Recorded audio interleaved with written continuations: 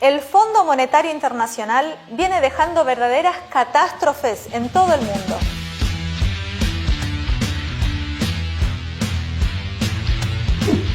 En este video te voy a mostrar en 5 ejemplos de lo que es capaz el FMI. Ya explicamos en un video anterior cómo se generó la deuda en Argentina. Te dejamos el link acá abajo en la descripción. Varios países del mundo tuvieron en los últimos años sus economías controladas por el FMI. Las recetas son todas parecidas y los resultados son la quiebra y el padecimiento de millones, pero eso sí, con generosas ganancias para un puñado de bancos y especuladores. Pero vamos a nuestro primer ejemplo, muy reciente. Desastre del FMI número 1. Sudán. El país de las pirámides. Sí, Sudán tiene más pirámides que su vecino Egipto. Pero además de pirámides, tiene una enorme crisis económica. Tras años de seguir las recomendaciones del FMI, como la devaluación de la moneda y el aumento de los precios de los combustibles. Estas medidas dejaron a 20 millones de habitantes hundidos en la pobreza, casi la mitad de la población. Y la inflación en 2018 llegó al 70%.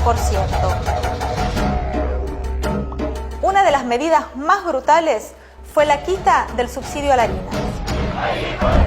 Fue tal la desesperación por el hambre que miles salieron a las calles en las que se llamaron las revueltas del pan. A pesar de la brutal represión que dejó decenas de muertos, las revueltas terminaron con el gobierno de Omar al-Bashir, y los manifestantes aún siguen en las calles.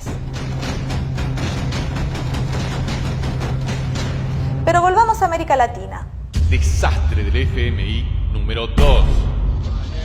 Haití, en las Antillas. Ocupado durante 15 años por fuerzas militares extranjeras.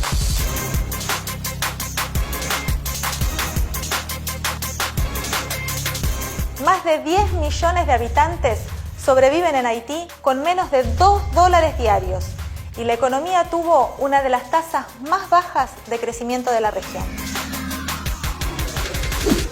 A mediados del 2018, el primer ministro Lafontaine tuvo que renunciar después de haber anunciado un aumento de los precios de combustibles. ¿Dictados por quién? Por el FMI. Estas medidas fueron contestadas con movilizaciones, protestas y cortes de calles en las principales ciudades del país. Otro país que comenzó a recorrer el camino al desastre es Costa Rica. Desastre del FMI número 3. ¡Periodista! ¡Soy periodista! ¡Soy periodista! ¿Qué le pasa? La deuda pública de este país centroamericano se multiplicó casi por 5 en la última década. Ese endeudamiento, por supuesto, que no fue para mejorar la vida de la población. El desempleo en Costa Rica en 2018 superó el 11%. Entre la juventud superó el 31% y entre las jóvenes mujeres superó el 37%. Pero además de la desocupación, el FMI exigió al gobierno una reforma tributaria que fue aprobada en diciembre del 2018 a pesar de ser rechazada por casi 9 de 10 personas. El gobierno de Carlos Alvarado puso impuestos al consumo de la población mientras los empresarios evaden impuestos al por mayor. Estalló Costa Rica. Entre abril y octubre se desataron manifestaciones multitudinarias de trabajadores y estudiantes que culminó en una histórica huelga general que duró un mes. Solo la acción de los sindicatos burocráticos que levantó la huelga y sacó a los trabajadores de las calles pudo evitar la derrota de la odiosa reforma del FMI.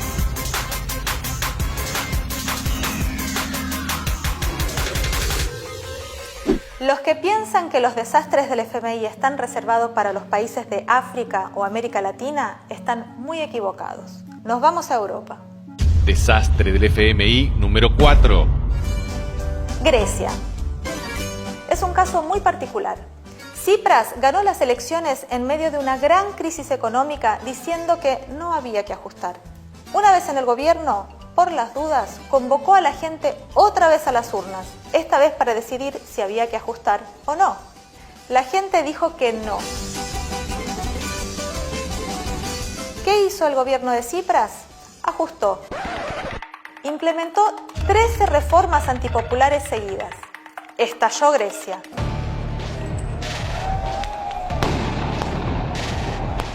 Hoy, después de años de recesión, Grecia tiene un crecimiento ínfimo, con una desocupación que supera el 20% de la población, y más de 300.000 personas tuvieron que dejar el país en busca de trabajo.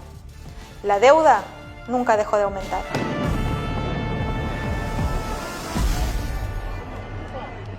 Vayamos a nuestro último caso.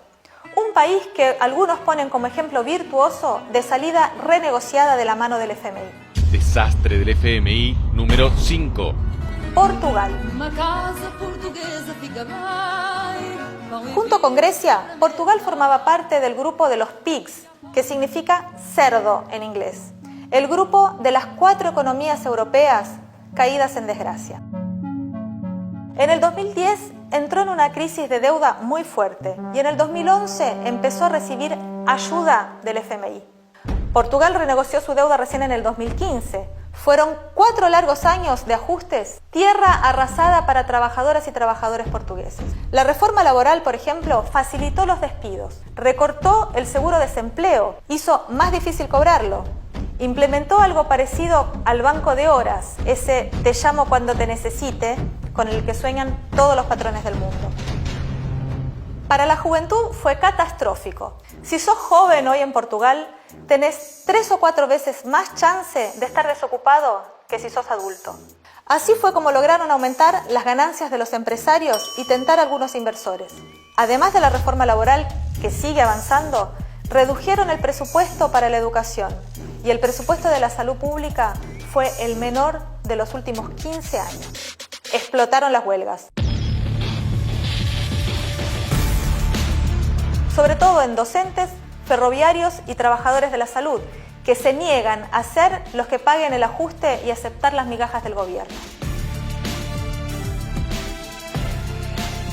Para colmo, así y todo, el crecimiento económico de Portugal es muy modesto y la deuda hoy es mayor que antes.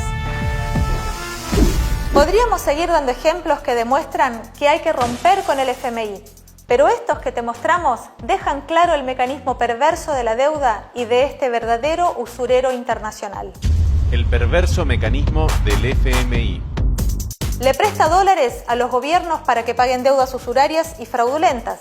Generan una bola de nieve de deuda para pagar deuda que termina siendo impagable, lo que obliga a renegociarla una y otra vez. En cada renegociación, los gobiernos obtienen plazos y nuevos préstamos, a cambio de reformas estructurales, que podríamos llamar las de Robin Hood al revés, que permitirán precarizar más el trabajo, principalmente de jóvenes y mujeres, bajar más las jubilaciones, entregar los recursos naturales, empobrecer al país, para financiar la fuga de capitales y los bancos intermediarios de la deuda, como el Citibank, el Deutsche Bank, el Santander, el BBVA, y garantizar las ganancias de empresarios nacionales e internacionales. Es acá donde reside la clave de este saqueo sin fin. Si querés saber más sobre el FMI, qué es y cómo funciona, te dejamos en la descripción el link de un video de La Izquierda y Diario Historia que te va a sacar todas las dudas. Acá en Argentina, donde el gobierno de Mauricio Macri es un fanático de las medidas de ajuste y volvió a pactar con el fondo, ya pasaron varias medidas de ajuste, como el aumento sideral de las tarifas de servicios públicos y transporte y la baja del salario por medio de una inflación récord. Hay quienes dicen que lo peor ya pasó y que ahora solo queda esperar a las elecciones, que se hacen ahora en octubre, pero como muestran los ejemplos que acabás de ver, lo peor va a venir de la mano de la renegociación y las reformas estructurales que va a exigir el FMI. Por eso, el Frente de Izquierda dice que hay que romper con el FMI y no pagar la deuda. Son ellos o nosotros. ¿Vos qué pensás? Queremos conocer tu opinión, así que déjanos tus comentarios acá abajo. Un dato: si querés profundizar sobre cómo funciona el capitalismo y los variados mecanismos de Robin Hood al revés, te recomiendo este libro de Ediciones IPS, Para entender la explotación capitalista, una imperdible compilación de textos de Karl Marx, Friedrich Engels y Ernest Mandel, que te van a mostrar por qué la explotación no es un exceso de algunos capitalistas, sino que es el corazón, la fuente del sistema, y que no tiene nada de natural. De hecho, no existe desde siempre y puede dejar de existir. Estén atentos porque vamos a estar sorteando este librazo entre nuestros comentaristas, así que los que tengan alguna opinión, no dejen de compartirla. Y por supuesto, si te gustó este video, ponele un like y suscríbete a nuestro canal.